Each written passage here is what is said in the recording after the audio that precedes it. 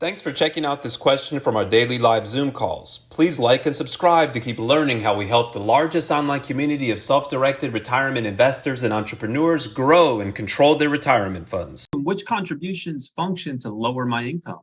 I ask because I want to keep my income below the threshold for the 199A Tax and Jobs Act 20% tax reduction. So great question.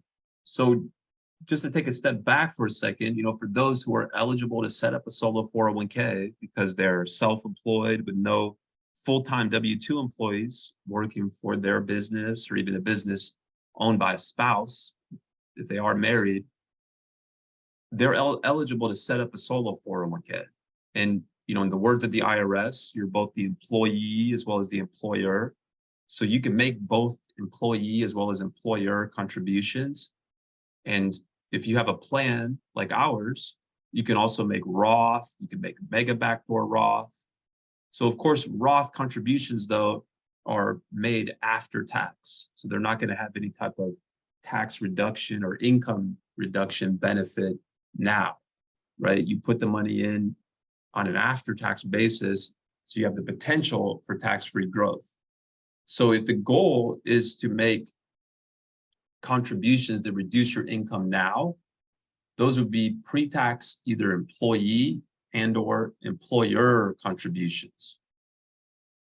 So the employee limit, for example, for 2022 is going to be 100% of your self-employment compensation up to $20,500 plus an additional $6,500 if you're 50 or older.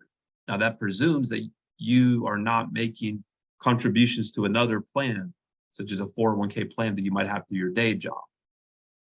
On top of that, if you have the self-employment compensation to justify it, you can make an employer contribution. So again, the words of the IRS, you can make both employee and employer. When you're self-employed, you're both the employee and the owner.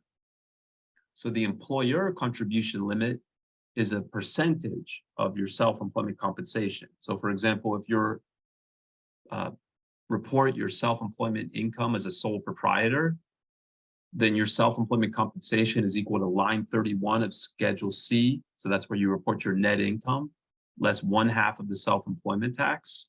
Of that number, you can contribute 20% as an employer contribution, which would also be on a pre-tax basis. So those are your two categories to make pre-tax in either employee or employer contributions.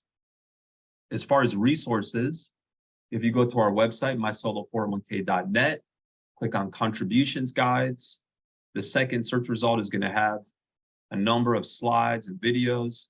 For example, if you scroll down, you can, first option there is going to be for sole proprietors, single member LLCs. You can check out the slides. You can watch a deep dive webinar where we go through multiple scenarios, including those folks that are just trying to make pre-tax, or those folks that are just trying to make Roth, or maybe some blend between the two.